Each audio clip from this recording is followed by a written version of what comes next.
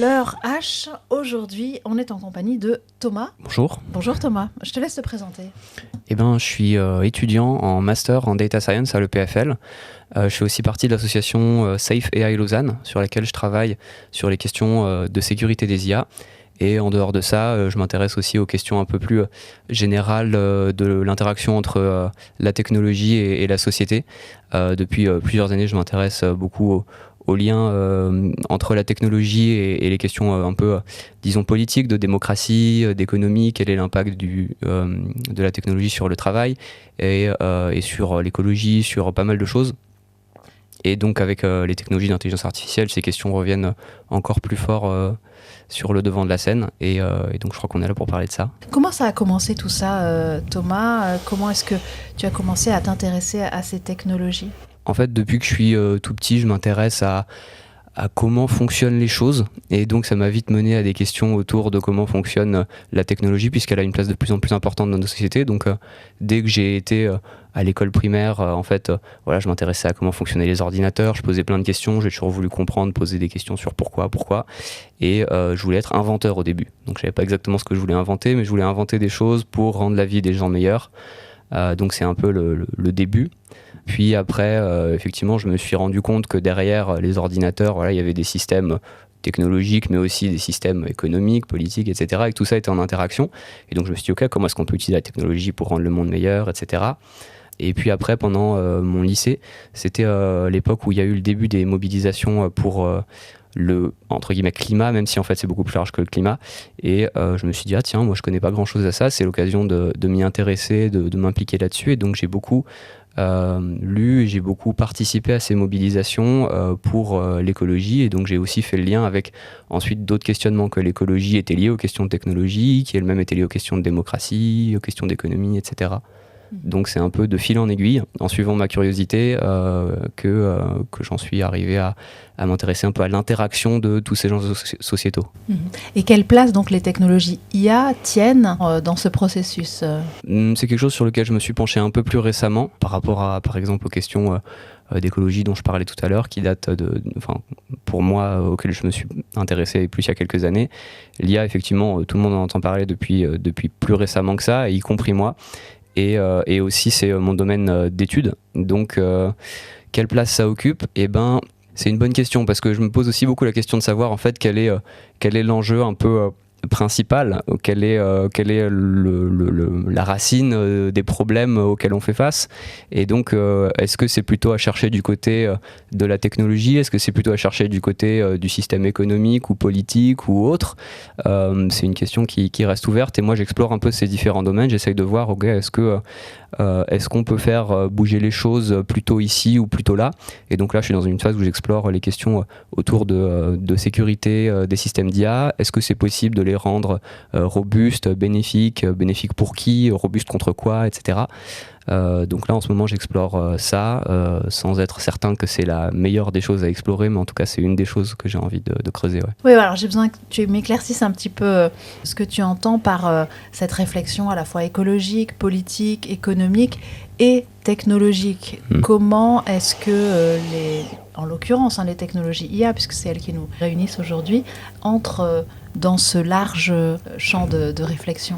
En fait, je pense que la technologie, on parle d'intelligence artificielle, bon déjà, il faudrait voir de quoi on parle exactement, parce que c'est quelque chose qui est très difficile à définir. En fait, même les experts du domaine s'accordent à dire qu'on ne peut pas s'accorder sur une définition unique, que ça peut désigner à la fois un champ de recherche scientifique, que ça peut aussi désigner un ensemble de méthodes ou de techniques, et que ça peut aussi désigner des applications, des outils concrets qui utilisent ces techniques, ces technologies. Donc déjà, c'est assez vaste. Et ensuite, même en fonction de si on parle de ces différentes choses-là, ça peut être des définitions plutôt inclusives ou plutôt restreintes de l'intelligence artificielle. On peut définir l'intelligence artificielle comme quelque chose qui a un objectif et qui essaye d'agir pour atteindre cet objectif. À ce moment-là, votre thermostat, c'est de l'intelligence artificielle, puisque il a un objectif en tête, il a un algorithme pour l'atteindre, il veut maintenir la température de la maison à une consigne que vous lui avez donnée.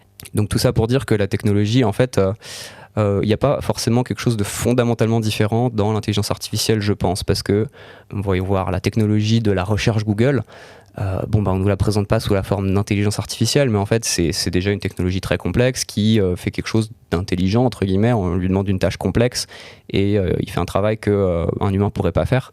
Si on regarde les algorithmes de recommandation sur les réseaux sociaux, par exemple, c'est aussi des intelligences artificielles auxquelles on pense pas toujours, parce qu'on parle beaucoup des systèmes génératifs aujourd'hui qui génèrent du texte ou des images ou du son. Mais il y a plein d'autres systèmes. Par exemple, les algorithmes de détection de spam dans vos mails, c'est de l'intelligence artificielle et c'est très différent de ChatGPT. Donc voilà, je pense que c'est bien de s'intéresser à la question de la technologie en général et pas que de l'intelligence artificielle, parce que les questions sont les mêmes en fait. Il y en a qui vont poser la question de comment est-ce qu'on crée plus d'innovation, plus de valeur économique. Il y en a qui vont poser la question de comment est-ce qu'on s'assure que ces systèmes permettent de rendre la vie des gens meilleure ou d'améliorer la démocratie. Il y en a qui... donc quelle est la question après voilà, il y a plein de questions possibles. De quelles questions on veut traiter. Moi, il y a des choses que j'aime bien rappeler au sujet de la technologie, un peu pour poser le décor entre guillemets, en tout cas le mien, c'est de dire et de rappeler que la technologie c'est pas neutre, c'est un truc qu'on entend souvent et c'est aussi un état d'esprit qui est assez répandu chez les ingénieurs, de dire mais la technologie c'est neutre, ça dépend de ce qu'on en fait, que ça dépend des usages qu'on en fait. Mais en fait la technologie déjà par définition c'est l'application de savoir technoscientifique. Donc par définition dans la technologie il y a déjà un usage. Une technologie c'est une mise en application d'un savoir. Donc la technologie n'existe pas indépendamment de ses usages. Et ensuite, même si on dit ok, il y a des technologies qui servent à faire des choses qui font du bien aux gens, qui servent à, je sais pas, peut-être soulager des travailleurs de porter des charges lourdes, ou bien qu'à l'inverse, ça peut servir à créer des drones pour faire la guerre. Très bien, ça peut faire des choses sympas et des choses pas sympas. Mais à ce moment-là, on n'a pas dit que c'était neutre, parce que neutre, ça veut dire ni l'un ni l'autre, alors que là, on dit que c'est ambivalent, que ça peut faire les deux. Et ensuite, une fois qu'on a dit que c'est ambivalent, on n'a pas dit grand-chose non plus, parce que la technologie, qu'est-ce qu'elle permet, quel monde elle contribue à créer. Par exemple, je sais pas, l'invention de la voiture. C'est une technologie, et c'est pas neutre. Ok, alors avec une voiture, on peut rentrer dans une foule dans un marché de Noël pour tuer des gens, ou bien on peut emmener quelqu'un très vite à l'hôpital pour lui sauver la vie. Très bien, mais ça veut pas dire que c'est neutre, parce que l'existence même de la technologie voiture, par exemple, implique beaucoup de choses. Elle implique l'existence d'une industrie métallurgique, elle implique l'existence d'une industrie pétrolière, elle implique aussi l'infrastructure qui permet de l'utiliser, l'infrastructure de raffinement des carburants, l'infrastructure routière qui permet d'utiliser les voitures, etc. Et dans le cas des technologies, disons, informationnelles ou numériques, c'est pareil. Leur existence implique des choses très concrètes qui ne sont pas neutres. Donc l'existence de réseaux sociaux comme Instagram, par exemple, je prends l'exemple au pif, mais ça implique l'existence de data centers, de réseaux de communication, ça implique aussi l'existence des terminaux dont on se sert, ça implique un fonctionnement qui est particulier, qui est un fonctionnement en l'occurrence qui est centralisé, ça implique aussi un modèle économique, etc. Et toutes ces choses-là ne sont pas neutres. Donc c'est une première chose que je trouve importante de rappeler quand on parle de technologie, parce que simplement ça nous mène à voir qu'il y a des choix politiques derrière la technologie, et donc ensuite une fois qu'on voit ça, on peut les questionner, on peut dire ok, quel choix est-ce qu'on a envie de faire collectivement par rapport aux technologies qui sont développées. Est-ce que tu as l'impression, toi Thomas, par exemple à l'EPFL, dans ta section, que ce type de réflexion est abordé largement, ou bien tu te sens assez seul dans ce travail de réflexion-là? C'est une bonne question, et j'ai pas forcément la réponse pour deux raisons. La première, c'est qu'on n'a pas forcément le temps ou l'espace de se poser ces questions-là, parce que les études c'est intense, on a beaucoup de travail, et en fait on est poussé à aller un peu au plus urgent, au plus important, donc à faire nos examens, à travailler, à chercher nos stages, à éventuellement nous reposer, avoir un peu de vie sociale ou faire un peu de sport si on trouve le temps, ce qui est aussi une question. Et je le regrette, il n'y a pas beaucoup d'espace où on peut discuter de ces questions-là. Donc premièrement, je sais pas, parce que j'ai pas beaucoup l'occasion d'en discuter avec mes collègues, et même avec des amis à moi dont j'aimerais en parler. En fait, j'arrive à les voir une fois tous les X temps, parce que eux aussi sont pris par leurs examens, etc. Donc on n'a pas beaucoup de temps pour discuter de ça. Et ensuite, je pense, malgré tout, du peu de données que j'ai à ce sujet, mais quand même, que c'est une question, ce sont des questions qui sont pas très présentes dans le milieu des ingénieurs et des étudiants ingénieurs. Et même pour avoir lu, par exemple, des articles de recherche sur l'attitude des ingénieurs qui développent les technologies d'IA vis-à-vis des questions éthiques, par exemple. Et ce que ça montre via des questionnaires qui ont été posés à des professionnels qui ont été sélectionnés pour cette étude, c'est que la plupart ont cette conception de la technologie comme étant neutre et ont cette conception de se dire qu'ils n'ont pas particulièrement de choix éthiques qu'ils font dans leur métier, c'est-à-dire qu'ils ne s'en rendent pas compte forcément des choix techniques qu'ils font qui ont des implications éthiques. Donc voilà, avec ces données-là, moi j'ai l'impression que c'est une question qui n'est pas assez présente dans la tête non seulement des ingénieurs, mais aussi de la population en général, parce que ça ne devrait pas être simplement aux ingénieurs de se poser ces questions-là, mais ça devrait être à tout le monde de dire il y a des choix politiques qui sont faits dans le développement de la technologie. Ce serait logique qu'on souhaite que ces choix soient faits de façon démocratique. Et par conséquent, quel est toi ton usage au quotidien des technologies? À quel point est-ce que cette réflexion que tu mènes, cette vigilance en fait que tu as, modifie ton rapport, ton usage au quotidien de ces technologies?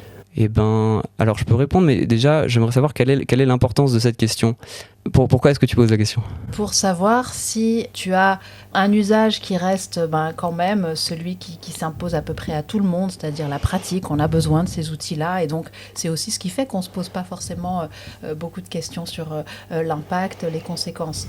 Donc est-ce que toi tu tombes, si j'ose dire, dans ce travers-là, ou bien est-ce qu'au quotidien, tu restes très vigilant à chaque fois que tu ouvres un outil technologique ou que tu te sers d'IA? Ouais, je pense que tu as raison sur le fait que c'est quelque chose, comme tu disais, qu'on nous impose d'une certaine manière, auquel on a du mal à échapper. Donc moi, évidemment, j'échappe pas au fait d'avoir un ordinateur, un smartphone et de me servir de diverses technologies parce que d'une certaine manière, on a de moins en moins le choix. Mais malgré tout, je pense que je fais partie de ceux qui font le plus attention à quels sont leurs choix technologiques et les outils qu'ils utilisent. Donc moi, ça fait des années que je réfléchis aux questions de vie privée, aux questions d'éthique, etc. et que j'essaye d'adapter mes outils, d'avoir des outils qui sont des logiciels libres, qui veulent dire qu'on peut comprendre comment ils fonctionnent, potentiellement se les réapproprier et s'assurer qu'ils sont que les outils sont un peu plus à notre service que l'inverse.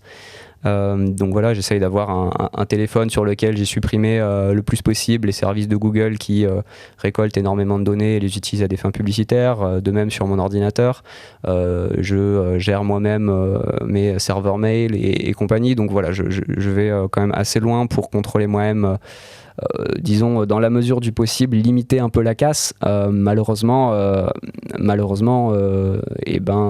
on vit quand même dans une société où on doit avoir un compte LinkedIn parce que il faut avoir un compte LinkedIn, on doit avoir un compte Google parce que tout le monde utilise les Google Forms, et rien que pour répondre aux cours où je suis dans mon école, on est obligé d'avoir des comptes Google, des comptes Microsoft et compagnie.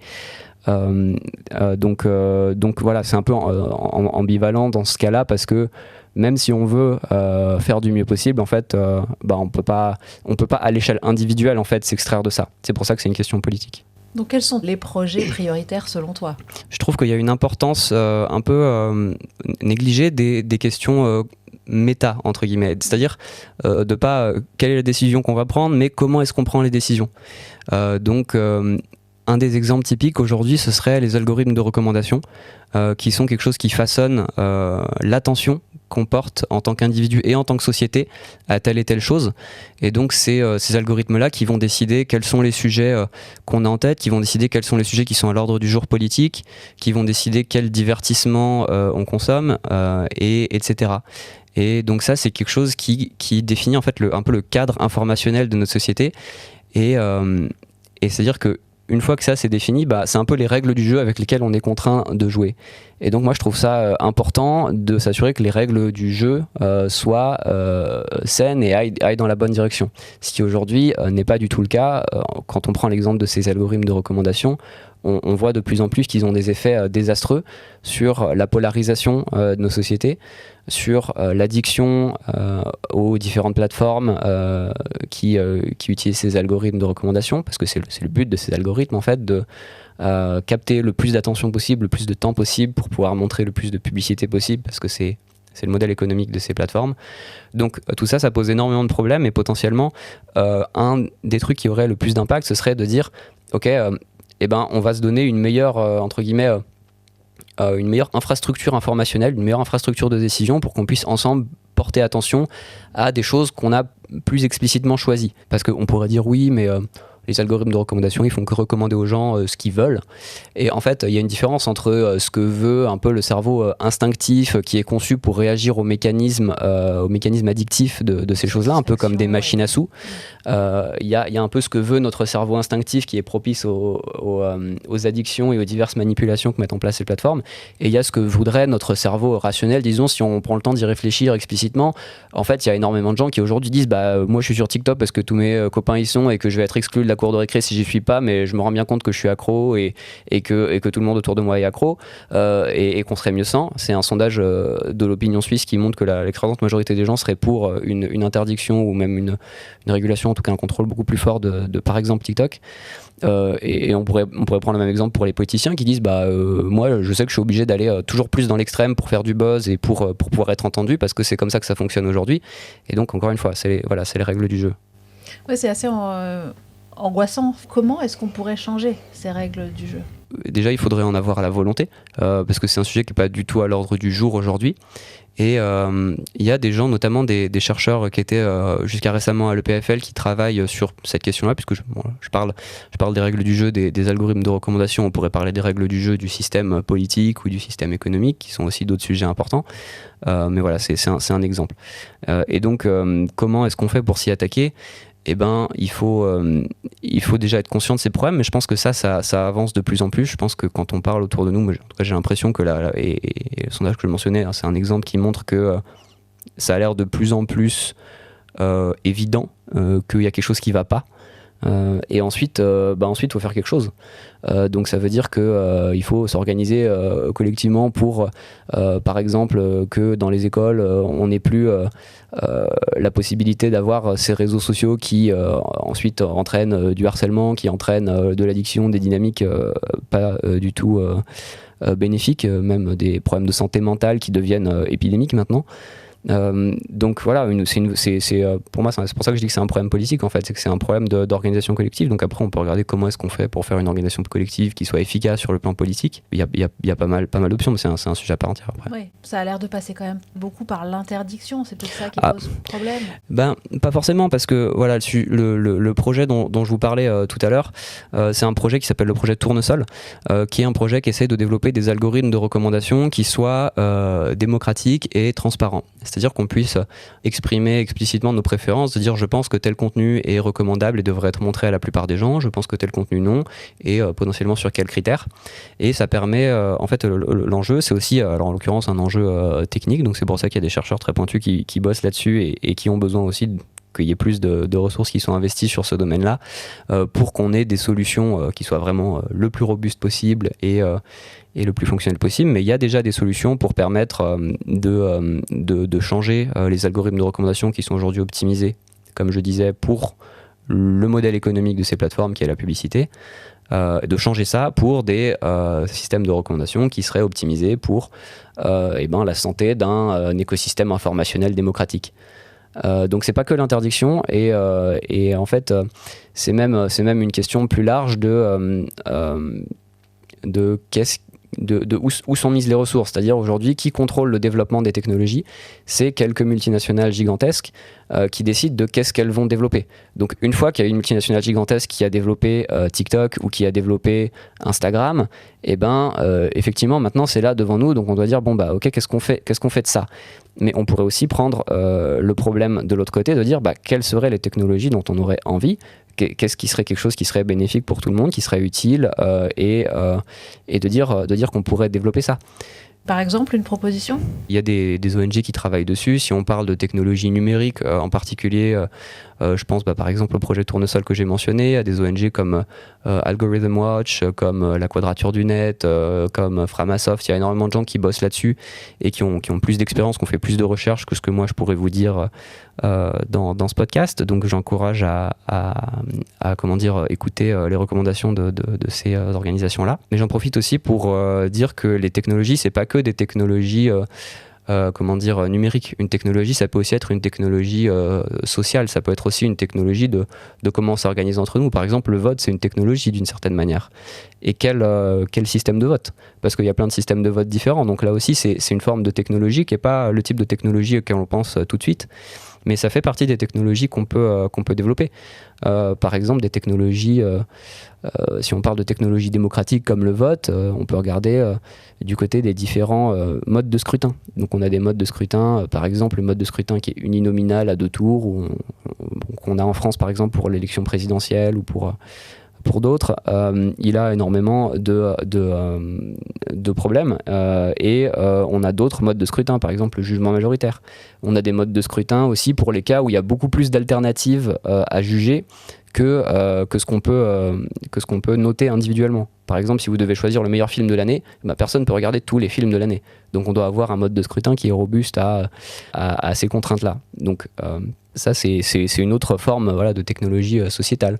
On peut avoir des technologies comme les conventions citoyennes qui sont des moyens de prendre par exemple des citoyens qui seraient tirés au sort pour discuter d'un sujet. Bon, je m'éloigne un petit peu, mais tout ça pour dire que les technologies, c'est pas que des technologies numériques ou purement techniques. Ça peut aussi être des technologies sociales, organisationnelles et autres. Je vais quand même revenir aux technologies qui nous concernent là directement dans ce podcast-là. Très trivialement, toi par exemple, est-ce que tu as un usage de ChatGPT, de logiciels de ce type-là, ou est-ce que au contraire tu estimes qu'il ne faut pas donner des informations à ces logiciels-là? Quel rapport tu as avec alors les deux. Je considère que la façon dont c'est développé aujourd'hui est très problématique. La façon dont il n'y a aucun des choix de développement de ces technologies qui est fait de façon démocratique, ça avance à une telle vitesse que c'est incontrôlé aujourd'hui.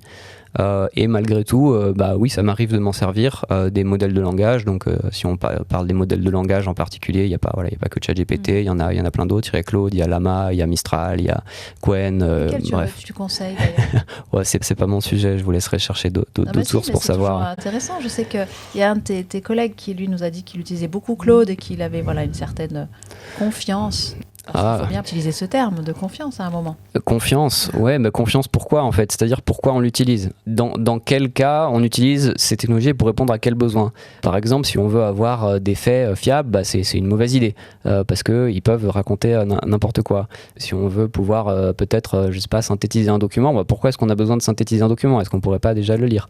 Mais peut-être que c'est un meilleur cas d'usage que simplement chercher des faits biographiques sur une personne, par exemple. C'est pas du tout fait pour ça. Donc voilà, qu'est-ce qu'on recommande? Ça dépend pourquoi et vraiment j'ai pas spécialement envie de faire une recommandation précise. Il y en a qui sont un peu meilleurs pour la programmation, il y en a qui sont un peu meilleurs pour d'autres choses et puis il y en a qui sortent tous les jours de toute façon. Il y en a qui ont différents paradigmes qui vont essayer de passer plus de temps quand on lui pose une question pour générer des étapes un peu de réflexion entre guillemets. Il y en a qui vont répondre plus rapidement mais avec un peu moins de réflexion derrière, si on peut appeler ça de la réflexion, ce qui est pas forcément le cas. Bref, donc il y a plein d'architectures différentes et il y a plein de modèles différents. J'ai pas une recommandation spécifique, non. Mais à quel moment est-ce que toi tu en as l'usage justement? Moi je m'en sers pas tant que ça en fait. J'essaie de privilégier plutôt la recherche web classique si j'ai un problème de savoir quelle est la syntaxe à utiliser pour telle librairie de programmation. C'est vrai que c'est très facile d'utiliser un modèle de langage et il va nous sortir le truc. Mais il faut aussi se poser la question de quel est l'impact de ça. Effectivement, on contribue à renforcer les dynamiques que je dénonçais tout à l'heure, du fait que ces technologies soient développées de façon complètement non démocratique et très rapide et dans un axe qui aussi respecte pas la vie privée des gens, qui crée presque de l'esclavage moderne pour certaines personnes qui doivent entraîner ces modèles de langage en étiquetant des données à la main dans des conditions absolument horribles. Ça contribue aussi à un impact écologique qui est absolument catastrophique, que ce soit pour l'énergie qui est consommée pour entraîner ou pour faire tourner ces modèles, ou que ce soit pour simplement produire l'infrastructure matérielle, des serveurs de communication qui demandent énormément de métaux, de production de gaz à effet de serre, etc., d'extractivisme minier, ou bien que ce soit pour la consommation d'eau. Donc voilà, pour toutes ces raisons-là, moi j'essaye d'éviter le plus possible de soutenir ça et de passer par d'autres technologies, mais après, il ne faut pas se leurrer non plus. Comme je disais, c'est pas un truc qu'on peut résoudre de façon individuelle. Donc moi, si j'utilise une recherche web sur Brave Search ou sur Startpage ou sur DuckDuckGo, et ben, ça a aussi un impact écologique, ça a aussi un impact tout court. Donc c'est pas une solution parfaite. Et moi, c'est comme la question que vous me posiez tout à l'heure sur est-ce que j'essaye de faire attention aux questions de vie privée, aux questions d'éthique, de logiciels libres dans mes usages? Oui, c'est le cas. Et je pense que c'est important, mais c'est pas là qu'est l'enjeu. C'est pas à ce niveau-là que ça va se solutionner. Alors évidemment, c'est important de le faire, je trouve, et moi je le fais, mais il y a pas que ça. Et là, on peut faire par exemple le parallèle avec les questions écologiques où c'est la même chose. C'est important pour moi de faire tout ce qu'on peut à son niveau individuel pour être en cohérence avec ce qu'on sait qu'il faut faire pour maintenir des conditions vivables sur cette planète. Mais ça suffira pas et ça ne suffit pas. Et il faut aussi faire tout ce qu'on peut au niveau collectif. Et là, c'est pareil. Alors parlons justement de ce travail collectif que tu fais dans le cadre de notamment Safe AI. Safe AI Lausanne, c'est une association étudiante sur le campus de l'EPFL où on s'intéresse aux questions de sécurité et aussi potentiellement de démocratie autour des systèmes d'IA, oui. Alors ça, on est où aujourd'hui, vos réflexions ? Eh ben, on en est aujourd'hui au stade où on est un groupe d'étudiants en master, on est une petite dizaine à être activement impliqués et à essayer de monter en compétence sur ces sujets, de comprendre de façon vraiment pointue comment marchent les technologies actuelles d'IA et quels sont les enjeux éthiques et sociétaux qu'il y a autour. Donc, quels sont les enjeux de robustesse, quels sont les enjeux de l'impact qu'ont les différents usages des IA. Donc par exemple, l'impact que peut avoir l'usage d'un modèle de langage sur je sais pas, par exemple la qualité de l'information ou sur les médias, ou quel peut être l'impact sur les usagers quand ils se renseignent, quel peut être l'impact si on commence à utiliser ces technologies sur sous forme d'agents, c'est-à-dire qu'on leur donne accès à des outils pour qu'ils puissent faire des actions et pas simplement être un chatbot. Et on essaye de regarder ça et on est en train de lancer un projet de recherche sur ce sujet. En Suisse, il y a une initiative qui a été lancée récemment qui s'appelle la Swiss AI Initiative, qui est un groupement de chercheurs à des institutions comme le PFL, l'ETH Zurich, l'IDIAP, l'université de... je ne veux pas dire de bêtises, je crois qu'il doit y avoir Fribourg et Zurich. Bref, il y a beaucoup de chercheurs en Suisse qui sont regroupés dans ce chapeau, on va dire, et qui est en train de développer des modèles de langage, du coup, open source et souverains, donc fait par la Suisse, par un groupe de chercheurs suisses, et non pas par Google ou Facebook ou OpenAI ou Alibaba. Donc il y a ce projet. Et nous, ce qu'on s'est dit, c'est qu'on aimerait bien en profiter pour nous monter en compétences et contribuer à la sécurisation, si on peut dire ça, même si c'est un terme qu'il faudrait préciser, de ce nouveau modèle de langage. Donc on a différents étudiants qui vont travailler sur différents aspects de ces modèles de langage. Donc ça peut être par exemple sur ce qu'on appelle le benchmarking, donc les mettre au banc d'essai en français, pour voir quel est le comportement de ces différents modèles sur différents cas d'usage. Est-ce qu'ils font bien ce qu'on attend d'eux, ou bien est-ce qu'ils commencent à dire ou à faire des choses qu'on ne souhaite pas qu'ils disent ou qu'ils fassent. Donc ça c'est un des axes possibles. On peut avoir d'autres axes sur différents aspects de recherche, sans rentrer dans tous les détails techniques, mais on commence ça ce semestre pour avoir un impact concret et creuser un peu plus ce sujet. Cette notion de sécurisation, tu dis qu'elle est problématique, qu'elle est à préciser, c'est-à-dire qu'est-ce qui fait souci aujourd'hui, qu'est-ce qui coince, disons, en termes de sécurité de ces technologies?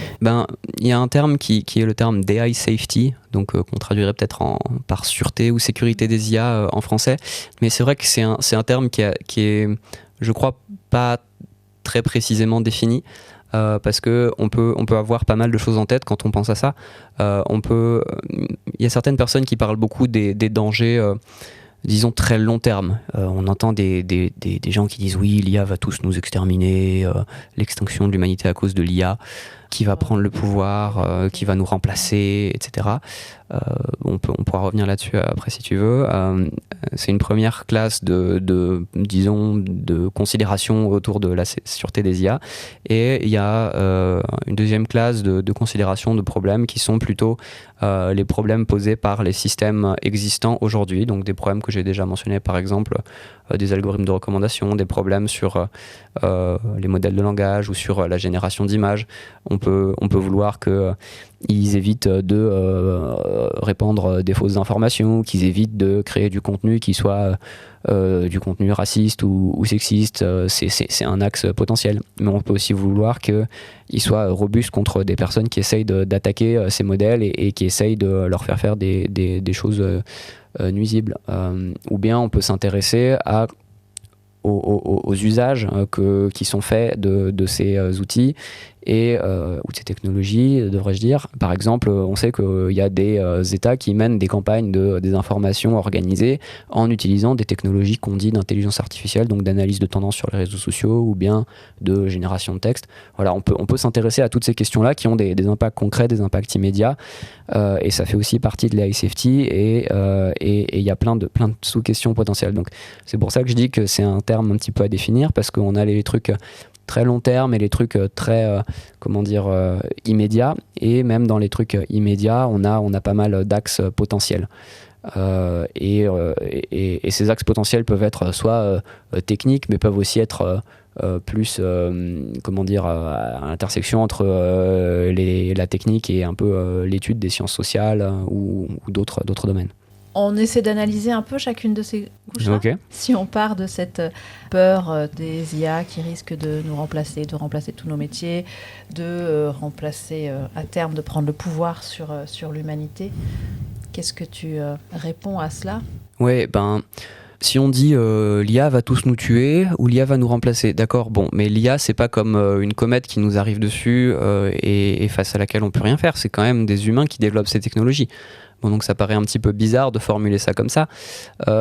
Donc on peut préciser la question en disant de quel système d'IA vous parlez, qu'est-ce que vous avez peur qu'il fasse, et quelles sont les capacités de ces systèmes nécessaires pour qu'ils puissent causer ce type de nuisance. Si vous avez peur d'un truc un peu Terminator, ok, on n'en est pas encore là aujourd'hui, mais si on a peur de je sais pas, le fait qu'on s'apprête potentiellement à confier de plus en plus de responsabilités à des systèmes automatisés qui vont pouvoir contrôler, je sais pas, les réseaux par exemple d'infrastructures énergétiques, ou bien les systèmes financiers, ce qui est déjà le cas aujourd'hui. Il y a l'écrasante majorité des transactions financières qui sont générées par du trading automatisé et par des modèles auxquels plus personne ne peut comprendre exactement ce qui se passe en fait. C'est des trucs tellement complexes. Bon, donc on peut avoir cette peur un peu de plus comprendre comment ça marche et de se dire il y a des systèmes qui vont gérer ça à notre place sans qu'on sache vraiment comment ça marche. Et ensuite, si on rend ces systèmes de plus en plus capables de prendre des actions, de faire des choses de façon autonome, et de réfléchir et de planifier, ce qui est pas le cas aujourd'hui. Les systèmes qu'on a actuellement ont beaucoup de mal à planifier, ou en tout cas les systèmes généraux ont beaucoup de mal à planifier. Des systèmes peut-être spécialisés dans un type d'application, par exemple, je sais pas, gestion de l'approvisionnement énergétique de tel ou tel data center, ou de l'optimisation du fonctionnement. Bon, peut-être qu'ils arrivent à planifier des choses là-dessus, mais sur un point très général, pour l'instant, on n'y est pas encore. On peut s'intéresser à quelles sont les capacités que ces systèmes pourraient avoir et qui pourraient poser problème. Mais je pense que c'est plus important de se dire, en fait, qui développe ces systèmes d'IA dont on a tant peur, et pourquoi est-ce qu'ils nous mettraient à risque. Par exemple, l'IA va tous nous remplacer. C'est un truc qu'on entend beaucoup. Oui, l'impact de l'IA sur le travail, c'est une vraie question. Mais pourquoi est-ce qu'on a peur que ça nous remplace ? Mais en fait, c'est le but de certains de remplacer des travailleurs et de développer des technologies qui vont permettre de générer plus de profits en payant moins de main-d'œuvre et en payant moins cher le reste de main-d'œuvre qu'il y a. Donc c'est pas un accident qui arrive, je veux dire, c'est un objectif délibéré. Je prends l'exemple de l'impact sur le travail. Et donc ça, encore une fois, c'est une question politique. C'est pas une fatalité que l'IA va nous remplacer. Et donc c'est à nous de voir, est-ce que c'est OK que la technologie soit utilisée pour faire encore et toujours plus de profit par des entreprises qui sont déjà plus puissantes que certains États, ou bien est-ce qu'on veut qu'il en soit autrement, et comment ? On devrait peut-être en discuter et simplement dire est-ce que l'IA va nous tuer ? Oui, non. Ça nous mène pas très loin comme discussion. Donc c'est pour ça que j'essaye de reformuler ces questions en allant creuser un petit peu plus derrière. Ces questions du travail, de l'avenir du travail, on les aborde à l'EPFL. Est-ce que tu as l'impression qu'il y a un fatalisme qui s'impose ? Alors c'est dur à dire, moi je pense pas être très, comment dire, j'ai pas une vue très précise de ce qui se passe dans tous les recoins de l'EPFL. Je sais qu'il y a des chercheurs qui travaillent sur les questions d'histoire des technologies et en fait ce que je viens de dire n'est pas spécifique à l'intelligence artificielle, hein. En fait l'impact de la technologie sur le travail ou sur la démocratie, c'est une question qui n'est pas spécifique à l'IA. Donc il y a des chercheurs qui travaillent là-dessus, qui travaillent sur les questions d'éthique, sur les questions de management, propriété intellectuelle, etc. Je ne sais pas exactement qui fait quoi. Et je ne sais pas à quel point du côté plus technique, donc du côté des chercheurs vraiment en informatique, je ne sais pas à quel point ces questions sont présentes premièrement dans leur esprit et deuxièmement dans leur recherche, qui sont deux choses différentes. Et est-ce qu'il y a un fatalisme ? Moi, j'ai l'impression que le PFL, alors il y a forcément des gens qui se posent aussi les mêmes questions que moi dans le PFL, c'est sûr, mais en tant qu'institution, j'ai pas l'impression qu'elle remette beaucoup en cause les dynamiques dont je parle, parce que le rôle de l'EPFL, elle parle souvent de ces trois piliers d'éducation, de recherche et d'innovation. C'est un rôle qui est pas forcément de remettre en question l'usage qui va être fait de la technologie ou la dynamique dans laquelle elle est utilisée. Sa mission, c'est de former des ingénieurs qui vont travailler pour des entreprises ou qui vont à leur tour être chercheurs et professeurs, et c'est de développer des technologies qui vont ensuite pouvoir être utilisées par l'industrie, donc dans le cadre des entreprises qui existent. Et donc c'est ça qui se passe. On entend beaucoup parler de start-up, d'innovation, voilà, il faut développer l'IA, il faut être à la pointe de l'IA, il faut être leader sur l'IA, il faut s'adapter à son temps, etc. C'est des rhétoriques qu'on entend beaucoup, y compris à l'EPFL et de la part de l'EPFL. Donc il y a sans doute des gens qui questionnent ça à l'intérieur, mais en tant qu'institution, j'ai l'impression que ça va plutôt dans le même sens que le reste de la société. Ouais. Donc toi, tu aimerais qu'il y ait un autre mouvement qui soit donné, une réflexion un peu plus poussée qui soit apportée. Oui, j'aimerais que les questions que j'ai posées sur qui développe la technologie, au service de quoi et qui est-ce qui la contrôle, qui est-ce qui est capable de la comprendre, soit plus posée et soit plus présente à l'esprit des étudiants, des chercheurs et dans l'industrie et dans le débat politique. J'aimerais que ce soit le cas. Je pense que le PFL pourrait prendre sa part à ça si elle le voulait, et je l'y encourage. Après, ces questions-là, j'y ai aussi été sensibilisé, moi, à travers des lectures, à travers des conférences que j'ai écoutées, des podcasts, etc. Et j'essaye aussi de les amener à l'intérieur de l'EPFL, par exemple, dans le cadre de cette association Safe AI Lausanne. Et voilà, on va voir ce qu'on peut faire, mais c'est difficile de changer ça en étant que quelques personnes étudiants qui peuvent y dédier que quelques heures par semaine au mieux. Ça serait quoi pour toi le meilleur avenir possible avec ces technologies-là ? Est-ce que le meilleur avenir possible serait avec ces technologies-là déjà ? Pourquoi est-ce qu'il doit être avec ces technologies-là ? Non, je pose la question parce que c'est important. Ça ne veut pas dire que je pense qu'il faut se débarrasser de toute technologie, mais voilà, quelle technologie au service de qui ? Ça, c'est quelque chose qu'on doit vraiment questionner. Et donc, tu en reconnais tout de même quelques utilités ? Bien sûr. Non, mais oui. Alors, je suis désolé si j'ai pu donner l'impression contraire, mais évidemment qu'il y a des technologies qui ont été très utiles. Comme je disais tout à l'heure, il y a des choses qui ont permis de réduire l'effort ou le risque physique que font certains travailleurs. On a permis à beaucoup de gens d'avoir accès à plein d'informations, à des connaissances, à apprendre des choses. Bon, ça c'est mais je veux dire, ça on l'entend tellement souvent que, disons, par souci de rééquilibrage, j'ai tendance à mettre un peu le focus sur le reste. Mais évidemment qu'il y a des choses très intéressantes qui ont été permises par différentes technologies. Et il faudrait, je pense qu'aujourd'hui, j'ai parlé un petit peu du modèle économique des plus grosses entreprises du numérique aujourd'hui. Je pense que c'est un problème qu'aujourd'hui le but ce soit de générer toujours plus de profits à tout prix, peu importe le reste. C'est-à-dire qu'aujourd'hui, on le voit dans énormément d'exemples, le but ça va être de générer plus de profits, peu importe les impacts écologiques, peu importe les impacts sur la santé mentale des gens, je parlais des réseaux sociaux tout à l'heure, peu importe l'impact sur la polarisation de la société, l'impact sur la démocratie.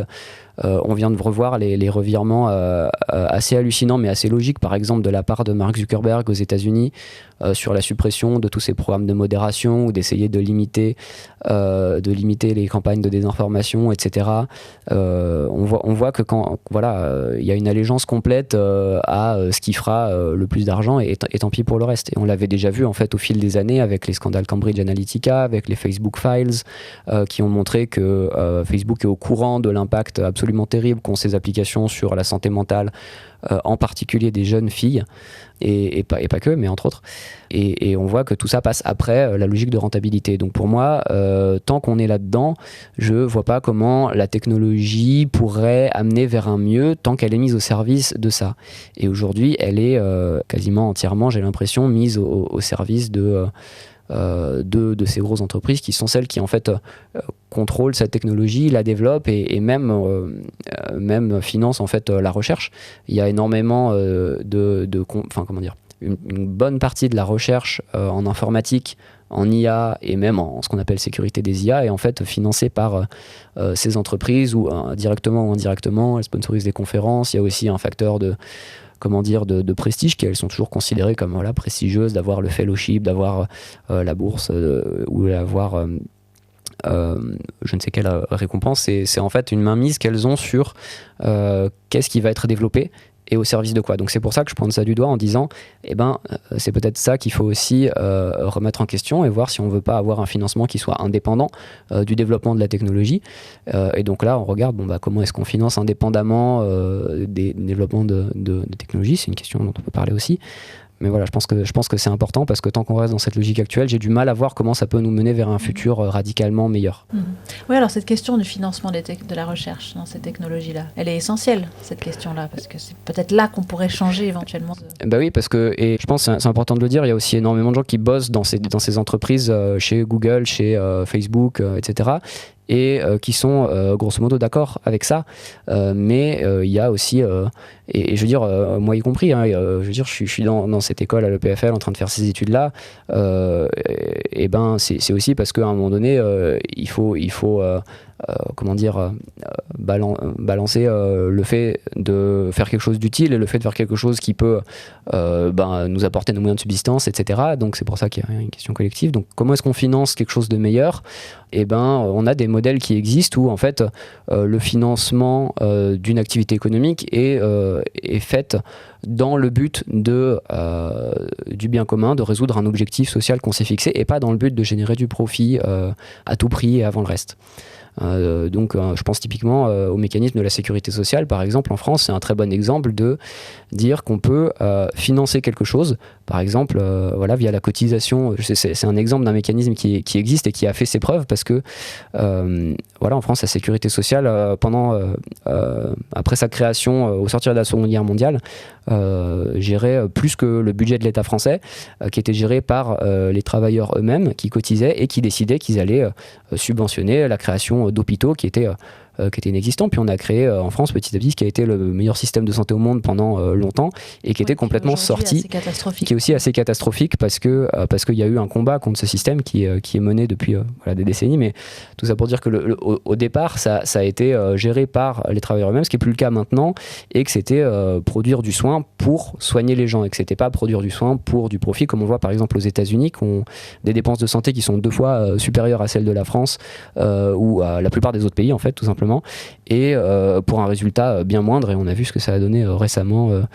Donc c'est un des exemples de mécanismes qui permettent de financer des choses avec un objectif autre que le profit. Donc on pourrait imaginer des agences de développement de telle ou telle technologie qui soit financée collectivement avec le but de dire, par exemple, on voudrait créer un meilleur écosystème informationnel pour notre société. Quelle plateforme de délibération on a envie de développer pour ça ? Est-ce que ça passe nécessairement par du numérique ou est-ce qu'on a aussi un aspect dans la vraie vie qui est important à développer, etc. Et de partir du problème pour ensuite trouver la meilleure solution. Toi, oui, Thomas, avec qui est-ce que tu aimerais pouvoir parler de ces technologies-là et de leur développement, de leur gestion, si tu en avais la possibilité ? Je pense que j'aimerais qu'il y ait plus d'espace qui nous soit accordé. Alors, moi, je parle de ma position d'étudiant. Je pense que ce serait important qu'on ait le temps de se pencher là-dessus et qu'on ait des espaces pour le faire, qu'on puisse discuter avec d'autres étudiants, qu'on puisse discuter avec des chercheurs et qu'on puisse discuter avec des politiciens, avec des gens de l'industrie de ces questions-là. Parce qu'on n'a pas ces espaces-là actuellement. Mais il ne s'agit pas de faire ça uniquement dans l'école d'ingénieurs de l'EPFL. Ce serait bien que ce soit quelque chose qui soit fait plus largement. Moi, comme interlocuteur, je serais curieux de pouvoir discuter avec des politiciens pour savoir quelle est leur opinion là-dessus, quelle position ils prennent en fait, tout simplement, parce que je pense qu'il y a des choses sur lesquelles c'est possible de trouver un consensus. Par exemple, je mentionnais tout à l'heure la question des algorithmes de recommandation ou bien des réseaux sociaux. Je pense qu'il y a aujourd'hui une grande part de la population qui serait d'accord pour mettre des garde-fous à ça, pour les réguler, tout comme on a régulé plein d'autres domaines. Je veux dire, ça paraît une évidence pour, je sais pas, l'aviation ou l'industrie pharmaceutique, qu'il doit y avoir des contrôles de conformité qui soient faits avant que quelque chose soit mis sur le marché. Pourquoi est-ce qu'on n'aurait pas la même chose pour des systèmes d'intelligence artificielle, etc. Donc, ces discussions qui ont lieu en ce moment, il y a eu le AI Act de l'Union européenne, etc., mais qui sont encore en cours, qu'il y a des vraies batailles, parce que évidemment ceux qui sont régulés ne le souhaitent pas forcément, ou souhaitent que ce soit fait autrement, etc. Donc j'aimerais bien pouvoir qu'il y ait une implication un peu plus grande de la population en général, une démocratie un peu plus poussée sur ces sujets-là en fait. Toi, ton optimisme, il se situe où concernant toujours ces technologies-là ? Disons qu'il y a optimisme de se dire « je pense que ça va bien se passer », ou il y a optimisme que j'appellerais peut-être plutôt je sais pas, détermination, de dire moi je vais faire tout ce que je peux pour faire bouger les choses dans la bonne direction, en sachant que malgré tout mon impact, je suis qu'une personne parmi 8 milliards et donc je pourrais pas tout résoudre ou tout sauver. Mais tu as peut-être l'impression qu'il y a de plus en plus de gens autour de toi qui pensent avec toi. Je l'espère et j'essaye d'y contribuer. Donc voilà, c'est ça que j'essaye de faire. Et c'est peut-être ça mon optimisme, ma détermination. C'est ça qui a du sens pour moi, c'est d'essayer de faire en sorte que les choses bougent un peu. Et c'est une question à laquelle j'ai aussi été pas mal confronté pour les questions écologiques, parce qu'à chaque fois on se dit ok, moi je vais faire tout ce que je peux, mais est-ce que finalement c'est pas peine perdue, ou bien est-ce que on peut avoir encore espoir? Pour moi, comme je disais, c'est important de faire ce qu'on peut à son échelle, individuelle, mais c'est aussi important de faire ce qu'on peut à l'échelle individuelle pour qu'on s'organise collectivement. Et en fait, c'est pas trop tard, c'est pas déjà foutu, parce que ça pourrait toujours être pire. Et à l'inverse, on pourrait faire tellement mieux. Donc moi, je m'engage sans me faire d'illusions sur la réalité du monde aujourd'hui et sur la direction dans laquelle il a l'air d'aller. Je fais ce que je peux, j'encourage chacun à faire pareil. Après, optimisme, je suis pas optimiste dans le sens où je me dis tout ça va être résolu en 2 coups de cuillère à peau d'ici quelques semaines ou même quelques années, parce que c'est des problèmes très profonds et très complexes. Mais voilà ce que j'en fais actuellement. Moi, j'essaye d'être lucide, de pas me faire d'illusions sur comment marchent les choses et quelle est la situation actuelle, et de malgré tout dire on peut créer d'autres routes, d'autres chemins qu'on peut emprunter, et dire posons-nous la question plutôt que de courir dans la même direction. C'est ça. Tu fais beaucoup ce parallèle entre le rapport qu'on a à ces technologies-là et la question écologique. Là, je le faisais parce que on parlait d'espoir et de détermination et de qu'est-ce qui a du sens. Et donc oui, c'est une question que se posent en fait beaucoup de gens qui essayent de se bouger pour améliorer les choses, que ce soit dans le domaine de la technologie, que ce soit dans le domaine de l'écologie, ou que ce soit dans d'autres domaines, que ce soit pour les droits des enfants, que ce soit pour la démocratie, la liberté de la presse, etc. En fait, les questions sont un peu transversales de comment est-ce qu'on s'y prend pour que les choses bougent, de comment est-ce qu'on fait pour rester motivé et continuer à agir quand on voit que les choses s'améliorent pas forcément ou bien se dégradent de façon dramatique. Donc oui, il y a des parallèles à tirer entre ces différents domaines. Ouais. On entend beaucoup ces temps des chiffres donnés sur les quantités d'eau qu'il faut pour développer ces technologies-là. Ça peut laisser dubitatif, par exemple l'eau, on peut se dire mais en fait c'est pas de l'eau qui est déversée en quantité permanente comme ça, c'est quand même de l'eau qui est en circuit fermé pour refroidir les serveurs notamment. Bref, est-ce que ces chiffres-là, toi tu les as vérifiés? J'aurais aimé prendre le temps, j'ai pas eu le temps de vérifier les détails parce que comme je disais tout à l'heure, en fait on est beaucoup pris en tout cas moi je suis beaucoup pris par les études et déjà mes autres obligations, mais en fait c'est un vrai c'est un vrai problème, hein. C'est pas juste un truc qui est en circuit fermé et qui tourne tout seul. Il faut de l'eau à toutes les étapes de la chaîne. Il faut de l'eau pour fabriquer les équipements. Ça, c'est absolument catastrophique, l'impact de l'extractivisme minier. Regardez les mines, vous verrez d'où vient le smartphone et on verra que les technologies propres, c'est pas si propre, y compris les énergies renouvelables qui ont besoin d'énormément de métaux et tout, bon, etc. Bref, donc rien que fabriquer les serveurs demande beaucoup d'eau pour faire des gravures de très fine précision sur du minerai qu'on a dû aussi extraire à coup de beaucoup d'eau. Et ensuite faire tourner les serveurs, oui, ça demande de l'eau qui est en fait la même eau qu'on boit, donc ils ont besoin d'eau qui soit pure. Ils peuvent pas utiliser de l'eau salée parce que ça marcherait pas dans les systèmes de refroidissement. Bref, donc sans rentrer dans les détails, c'est un vrai problème, et y compris chez nous, parce que des fois on se dit oui, bon bah ok, les mines en Chine c'est terrible, bon, et ça n'impacte pas ma vie. Mais en l'occurrence si, parce que voilà, même au Royaume-Uni, aux États-Unis et ici y compris, il y a aujourd'hui des projets de data center qui en fait sont branchés au même réservoir d'eau potable que des villes qui sont déjà assez tendues sur cette ressource. Et oui, c'est une des manifestations de l'impact écologique assez pharaonique de ces technologies. Ouais. Pour conclure, Thomas, qu'est-ce que tu aimerais laisser comme message? Moi, j'aimerais encourager chacun à être lucide, mais que cette lucidité n'empêche pas d'agir, parce que en fait, on est beaucoup à se dire que le monde est pourri, le monde est foutu, et que de toute façon, à quoi bon? Mais en fait, si on est beaucoup à se dire ça, c'est peut-être qu'on est beaucoup à pouvoir y faire quelque chose. Donc voilà, moi je me fais pas d'illusions, mais j'encourage à mettre la main à la pâte, à en parler autour de soi et à pas considérer que c'est normal et que c'est comme ça et que de toute façon, bon bah j'ai qu'à vivre ma vie et puis tant pis. Non, pas tant pis. En fait, oui, évidemment, bon bah il faut bien vivre et il s'agit pas de se dire je dois porter toute la charge du monde sur mes épaules parce que c'est pas possible. Mais il s'agit de faire du mieux qu'on peut tout en étant lucide. Donc c'est ça que je vous encourage à faire et à pas rester tout seul et à faire ça avec d'autres gens parce que ça peut être assez déprimant justement. De voir la direction que prend le monde si on reste tout seul sur son fil d'actualité. Mais en fait, en passant à l'action, ça permet aussi de trouver du sens et de sortir du désespoir justement tout en contribuant à améliorer les choses. Merci beaucoup Thomas. Merci Alain.